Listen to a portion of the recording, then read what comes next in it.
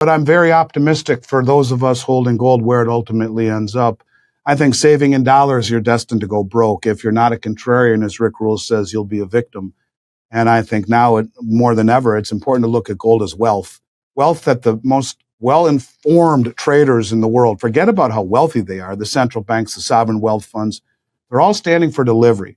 And they're all taking delivery. And many are leaving the Bank of England, the New York Fed, and the COMEX ecosystem to have possession of it. In today's news recap, UBS, stay long silver, buy below this level. UBS urged investors to maintain long positions in silver and pointed to favorable entry levels after the metal's recent consolidation.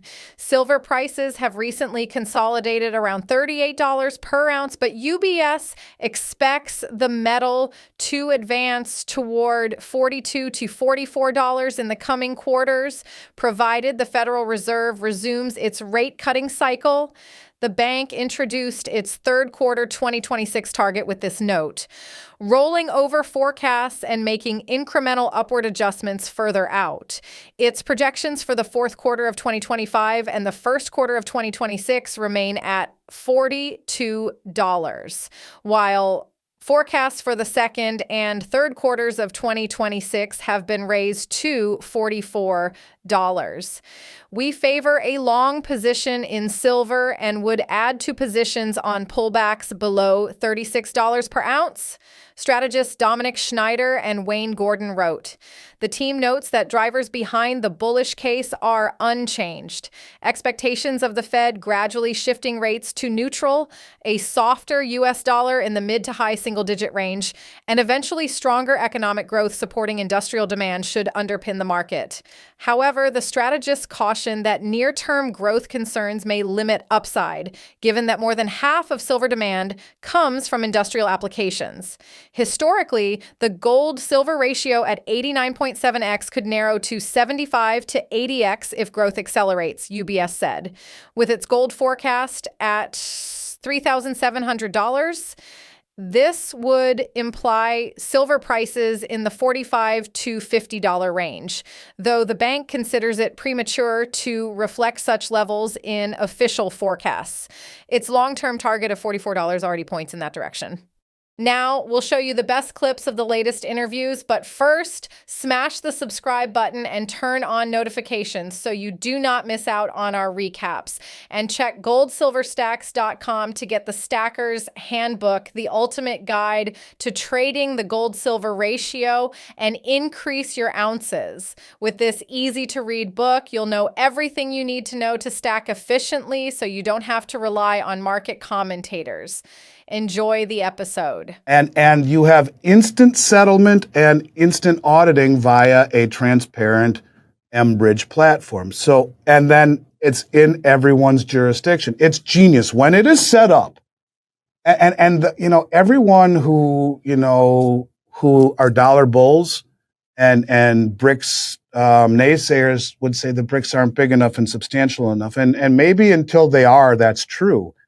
But if you open this technology up, as Lavrov says, to the rest of the world except the West because of sanctions, even the guy who's developing BRICS Pay said, we'd love to work with Visa and MasterCard, but we can't. We're sanctioned, so we're not. And so we're doing it everywhere else.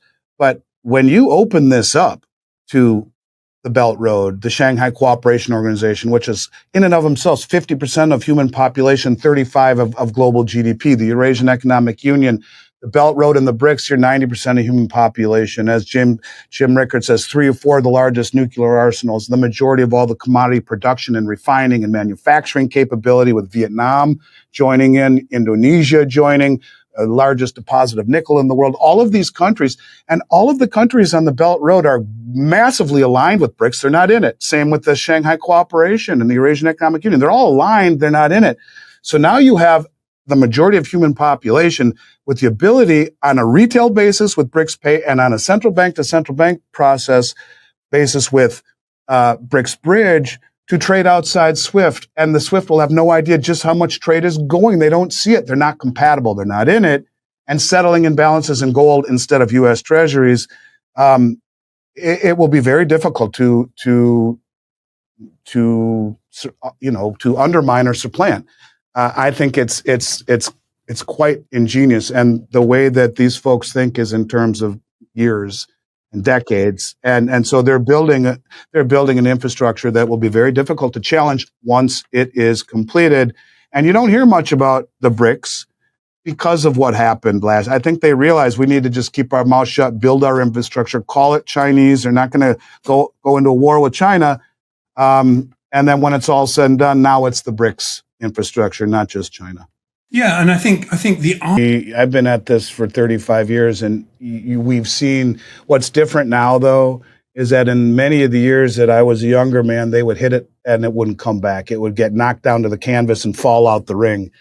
Now it gets right back up, and to your point, bang, it goes right back up. But they are, I believe, sophisticated, coordinated, motivated, and wealthy enough to play the game against us, and that is use the stupidity of suppression and manipulation to stand for delivery. And that's what's unusual, is to see the amount of contracts that are actually standing for delivery. And this is how you win, I guess, is play the game, and don't do it too quickly to cut off your nose to spite your face. Play the game of letting it get knocked down, jump in, buy the contracts, stand for delivery. All of the things that are doing in a methodical fashion point exactly to what you're saying, stair-stepping higher and higher. But people who've been at this long enough, I think they have a memory in the back of their head that, yeah, it's like it's going to get beat down and it's not going to come back. But I can sense that it's different now. Something is very, very different, and maybe it has to do with the amount of deliveries. The strength that it has after these knockdowns is extraordinary. Up $75 on Friday. So, yeah, I think you're again spot on that as well, and I think that will be the trend as we move higher. It's not going to go straight up. It's going to have volatility, but continue to have higher highs and higher lows. In today's news recap, Chinese insurers put pressure on the gold market. Chinese insurance companies are about to detonate a bomb that could have a profound impact, especially on the gold market. This bomb was already set off in February 2025 when the Chinese government, through its Insurance Regulatory Authority, issued a new regulation requiring the country's large insurance companies to hold at least 1% of their assets in physical gold. 1% of assets may not sound like too much gold that now needs to be purchased by insurance companies. Initially, not all companies are affected, but only the country's largest insurers. However, this is only the first stage of a multi-stage plan. The next stages envision gradually increasing the number of insurance companies affected by the regulation so that eventually all insurers will be included. The percentage of managed funds that must be invested in physical gold is also expected to rise from 1% to 5% in the medium term. A massive rush from the Far East for the world's gold is slowly but surely brewing. The decision by the Chinese Insurance Regulatory Authority has far-reaching implications, as it will redirect billions of US dollars, which have predominantly been invested in US government bonds, into the gold market. The immediate consequences are already significant, but even more dangerous are the medium-term effects that this decision has or could still have. Since decisions of this magnitude in China are not made on a whim, but are approved by the highest authority, we are dealing here with another facet of China's strategy to detach itself from the US dollar and the Western financial system. Now, smash the subscribe button and turn on notifications so you do not miss out our daily recaps. And go to goldsilverstacks.com to get the Numismatics Handbook, the perfect guide for stackers who want to get active trading gold and silver coins instead of selling their gold and silver bullions for fiat. Enjoy the episode. Now, to your point, just to hammer home what you just said, I was doing an interview before this, and we were looking at real estate in 2005. The average price of a house in the U.S. then was $250,000, and gold was it was 400 or something. Well, let me just look real quick because I just want to hammer this home to your point because it's spot on. So the average price of a house in 2025 right now is $410,000. It was $232,000 in 2005.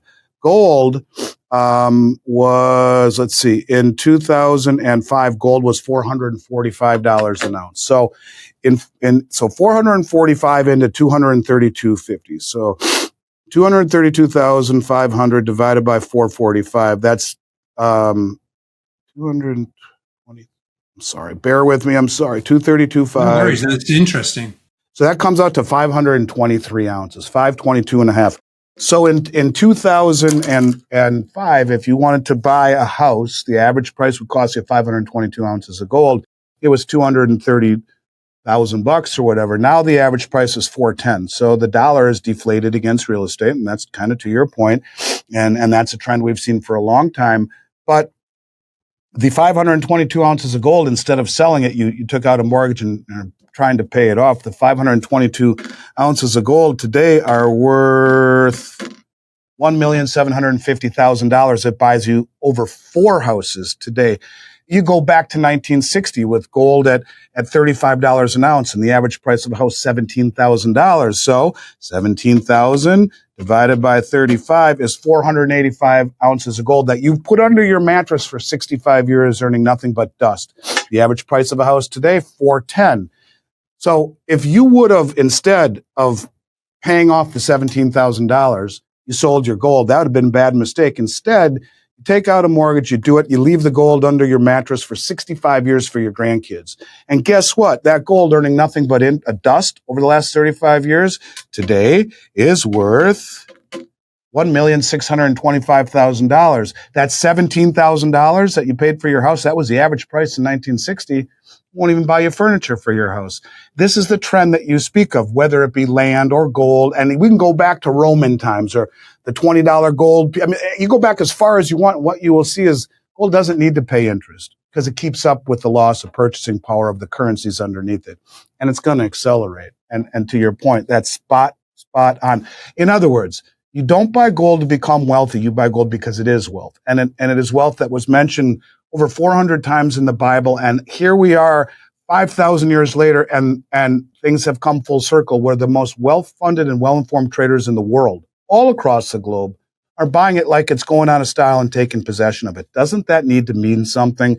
But the problem is no one knows about it unless they follow people like you and I. And that's, thank God that there are some people that at least are open-minded enough to see the truth right there in front of you if your eyes are open enough to see it. What do you think of Schectman's take? Do you agree with him? Is the big reset a reality, or is it all just bollocks? Post in the comments section down below your honest opinion and share with the stackers your gold and silver price prediction.